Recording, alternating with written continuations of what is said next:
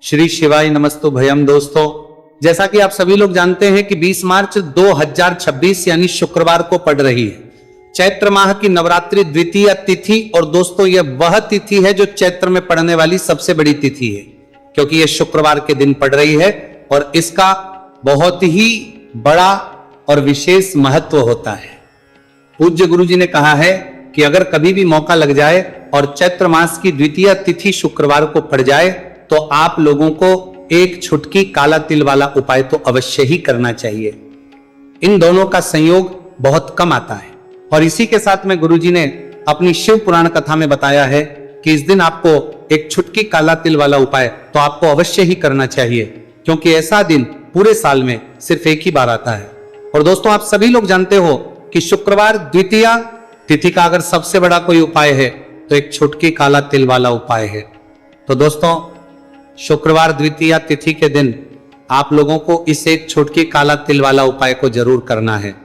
बहुत सारे लोग होंगे जिन लोगों ने इस उपाय को ना किया हो, मतलब पूरा महीना निकल गया, उन्होंने किसी भी दिन इस एक छुटकी काला तिल वाला उपाय को ना किया हो।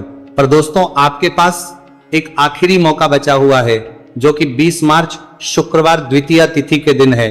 तो इस दिन आप लोगों को इस वाले उपाय को जरूर कर लेना है, भले ही आपने पूरे महीने भर इस उपाय को ना किया हो। पर अगर आप इस चैत्र मास के शुक्रवार द्वितीय तिथि के दिन अगर इस वाले उपाय को कर लिया तो आपको इस उपाय को करने का वह फल मिलेगा जिसकी आपने कभी कल्पना भी नहीं करी होगी। इसीलिए आप लोग इस वाले उपाय को एक बार जरूर कर लेना है, ताकि आप लोगों के हाथ से यह मौका ना जा सके और आपको इस उपाय को करने का फल मिल सके। दोस्तों, यह उपाय पंडित जी ने अपनी अभी के ही श्री शिव महापुराण की कथा में बताया है, जिस उपाय को आज हम आपको बहुत अच्छे से समझाने वाले हैं। वीडियो को देखने के बाद इस उपाय को समझने के लिए आपको कोई और वीडियो को देखने की जरूरत नहीं पड़ेगी। तो चलिए दोस्तों, उपाय को शुरू करते हैं।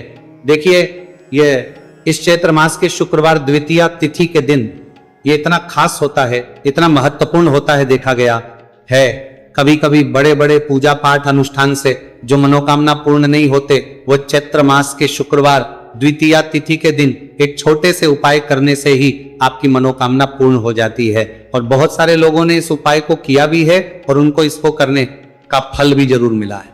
अगर आप लोग भी इस उपाय को करना चाहते हैं तो आप इस उपाय को पहले अच्छे से समझ लेना, सुन लेना, उसके बाद करना, आपको इस उपाय का फल जरूर मिलेगा। और इस उपाय को कर लेने से आपके घर में चाहे किसी भी प्रकार की दुहक और समस्या क्यों ना चल रही हो, आपको उसका कारण भी नहीं पता है कि भाई ये समस्या किस कारण से चल रही है, उसका कुछ भी कारण हो सकता है, जैसे पितृदोष हो सकता है, किसी भी तरह का मंगल दोष भी हो सकता है। तो इस दिन आप लोगों को ये वाला उपाय कर लेना है। ये एक ऐसा उपाय है जिस उपाय को अगर किसी विशेष दिन पर किया जाए तो भाई उस विशेष दिन का जो है वह तो हमें मिलता ही मिलता है, पर हमने उस दिन पर इस उपाय को किया है तो हमें उससे भी बड़ा फल मिलता है और फल बहुत जल्दी मिलता है, क्योंकि आप इस उपाय को बहुत ही बड़े और विशेष दिन पर कर रहे हैं। तो चलिए अब उपाय के बारे में बात करते हैं। उससे पहले आप लोगों को यह जानना आवश्यक है कि आखिर यह उपाय किस समय करना है, किसको करना है और कैसे करना है। तो चलिए हम आगे आपको वीडियो में एक एक करके बता देते हैं।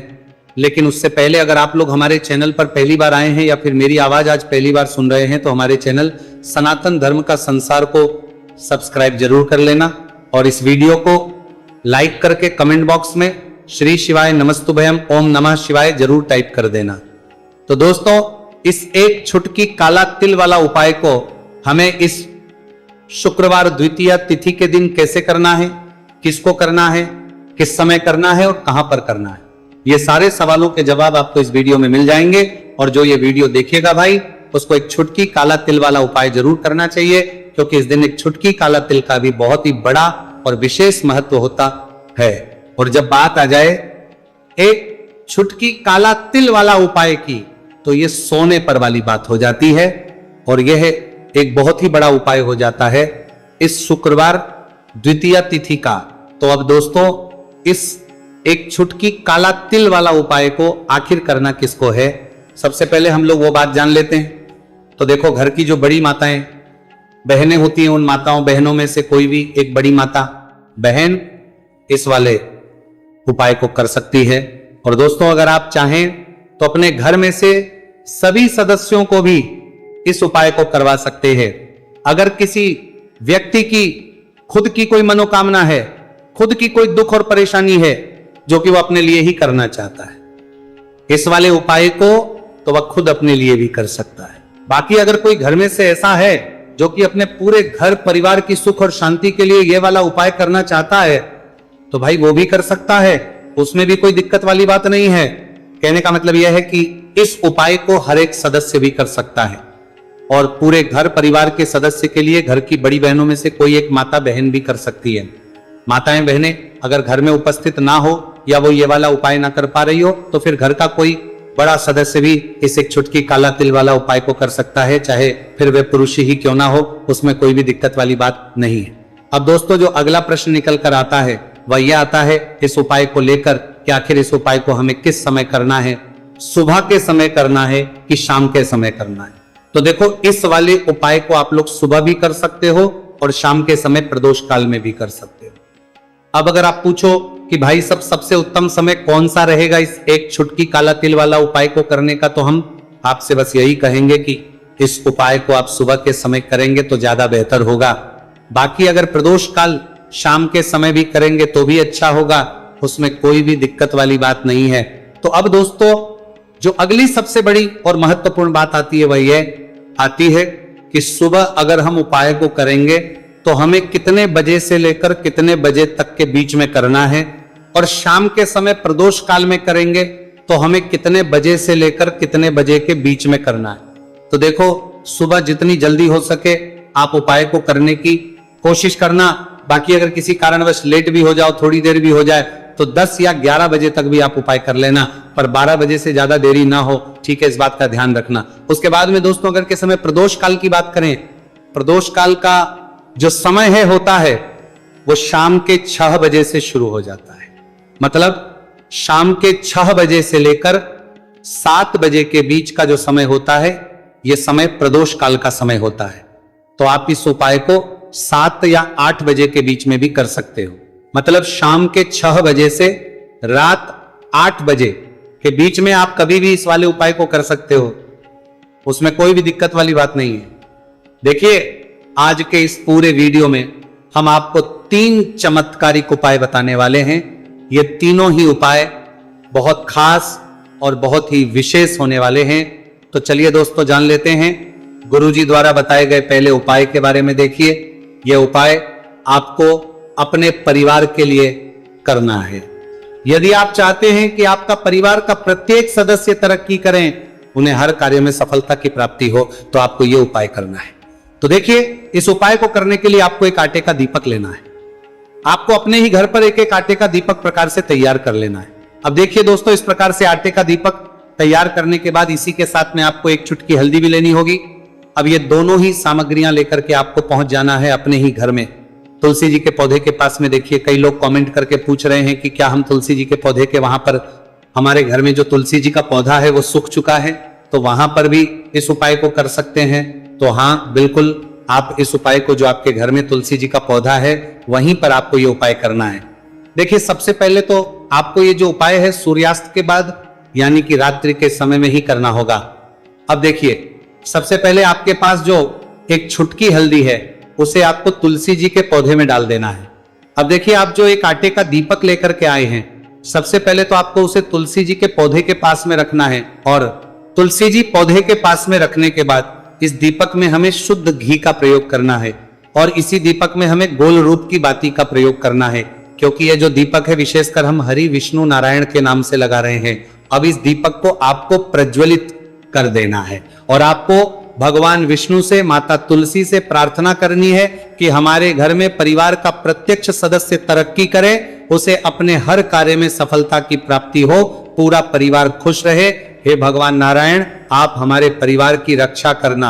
अब देखिए दीपक को प्रज्वलित करने के बाद आपको तुलसी जी के पौधे के नीचे यदि तुलसी जी का पत्ता गिरा हुआ पड़ा है तो उसे आपको उठा लेना है। आपको ध्यान रखना है तुलसी जी के पौधे से पत्ता तोड़ना नहीं है, नीचे गिरा हुआ है तो उसे आपको उठा लेना है। अब देखिए आपके घर में भगवान विष्णु की, भगवान श्री राम की या फिर भगवान श्री कृष्ण की यानी कि श्री विष्णु के किसी भी अवतार की प्रतिमा लगी हुई है, तो वहां पर आपको जाना है और आपको थोड़ी सी चीनी या फिर मिश्री आपके घर में हो तो उनका भोग आपको भगवान विष्णु के सामने लगाना है। और जो आप तुलसी जी का पत्ता लेकर के आए हैं उसे भी आपको उसी भोग में डाल देना है। अब देखिए थोड़ी सी देर इस भोग को वहीं पर रखे रहने देना है और फिर इस भोग को आपको अपने घर के परिवार के प्रत्येक सदस्य को प्रसाद स्वरूप प्रदान करना है। यकीन इस उपाय को करने से आपके परिवार का प्रत्येक सदस्य हमेशा तरक्की पर रहता है और आपके परिवार में हमेशा खुशियां बनी रहती हैं। तो इस प्रकार से आपको पहला उपाय कर लेना है। अब हम जानते हैं दूसरे उपाय के बारे में। देखिए ये जो उपाय है विशेषकर धन की प्राप्ति के लिए है, मां लक्ष्मी को प्रसन्न करने के लिए है और विशेषकर शुक्रवार द्वितीय तिथि की रात्रि में ही आपको यह उपाय करना है। देखिए सामने आपको एक दीपक दिखाया जा रहा है, तो आपको एक दीपक लेना है। दीपक आप मिट्टी का भी ले सकते हैं, आटे का भी ले सकते हैं। अब देखिए इस दीपक में आपको शुद्ध घी का प्रयोग करना होगा और इस दीपक दत्त में आपको विशेषकर मोली वाला जो धागा आता है, लाल रंग का कलावा का धागा जिसे हम कहते हैं, उसकी बाती आपको इस दीपक के अंदर प्रयोग करनी है। यानी कि लंबी बाती का आपको इस दीपक के अंदर प्रयोग करना है। अब देखिए ये जो दीपक है आज रात्रि में लगभग 8 बजे के लगभग आपको ये जो दीपक है तुलसी जी के पौधे के पास में प्रज्वलित कर देना है। दीपक की जो बाती है उसका मुख आपको उत्तर दिशा में रखना है, इस बात का ध्यान रखना है। और आपको ओम महालक्ष्मी नमः इस मंत्र का लगातार जाप करते रहना है। देखिए इस मंत्र का आपको 11 बार या फिर 108 बार जाप करने के बाद तुलसी जी के पौधे के नीचे से थोड़ी सी मिट्टी उठानी है। देखिए आपको पता है कि अभी चैत्र के पवित्र दिन चल रहे हैं और चैत्र मास के दिनों में यदि आप शुक्रवार द्वितीय तिथि के दिन तुलसी जी की मिट्टी रात्रि के समय में लेते हैं तो इससे आपके जीवन के जो सारे संकट है वह समाप्त होते हैं। अब देखिए आपको एक गिलास लेना है, उसमें आपको जल भरना है और जो आपने तुलसी जी की मिट्टी ली है सबसे पहले तो उसे आपको उससे गिलास के अंदर डाल है और इसी के साथ में आपको एक चुटकी हल्दी भी उस पात्र के अंदर डालनी है। अब देखिए इस जल का छिड़काव आपको अपने पूरे ही घर में करना है। देखिए जल का छिड़काव आपको अपने घर के प्रत्येक कोने में करना है, मुख्य द्वार पर करना है, प्रत्येक कमरे में करना है। केवल अशुद्ध स्थानों को आपको छोड़ना है, बाकी आपको प्रत्येक कोने में प्रत्येक कमरे में जहां आप धन रखते हैं, चाहे रसोई घर हो, वहां पर आपको इस जल का छिड़काव करना है। और जल का छिड़काव करते समय आपके मन में यही भाव रहना चाहिए कि माता लक्ष्मी की कृपा से हमारे जीवन में हमेशा धन धान्य के भंडार भरे रहे और जीवन में जो भी संकट है, कष्ट है, वो सभी दूर हो। इस प्रकार से कामना करते हुए सुंदर भाव के साथ आपको यह उपाय करना है। देखिए इस उपाय को करने से घर का जो दुर्भाग्य है वो दूर होता है। तो इसीलिए आपको शुक्रवार द्वितीय तिथि की दिव्य रात्रि में यह उपाय करना है। अब दोस्तों हम बात कर लेते हैं तीसरे विशेष और अंतिम उपाय के बारे में। देखिए इस उपाय के माध्यम से भगवान विष्णु और माता लक्ष्मी दोनों ही प्रसन्न होने वाले हैं। तो देखिए इस उपाय को करने के लिए सबसे पहले तो आपको दीपक लेने हैं। दीपक आपको 2 लेने होंगे। आप चाहे तो दोनों ही दीपक मिट्टी के भी ले सकते हैं, दोनों ही दीपक शुद्ध आटा मौकर उनके भी तैयार कर सकते हैं। अब देखिए दोनों ही दीपक के अंदर आपको शुद्ध घी का प्रयोग करना होगा। अब देखिए 2 दीपक हैं, उनमें से आपको एक दीपक के अंदर गोल बाती का प्रयोग करना है और एक दीपक में आपको लंबी बाती का प्रयोग करना है। देखिए लंबी बाती वाले दीपक के अंदर आपको लाल बाती का प्रयोग करना है, जो मोली वाला धागा आता है कलावा का, उसी की बाती का आपको प्रयोग करना है। अब देखिए इसी के साथ में आपको एक चुटकी हल्दी लेनी है और एक चुटकी आपको काले तिल लेने हैं। अब देखिए दोस्तों ये उपाय भी आपको विशेषकर रात्रि के समय में ही करना होगा। तो देखिए सबसे पहले तो आपको ये जो सभी सामग्रियां हैं तुलसी जी के पौधे के पास में लेकर के पहुंचना है। देखिए आपके पास जो गोल बाती का दीपक है इसे आपको तुलसी जी के पौधे के पास में प्रज्वलित करना है।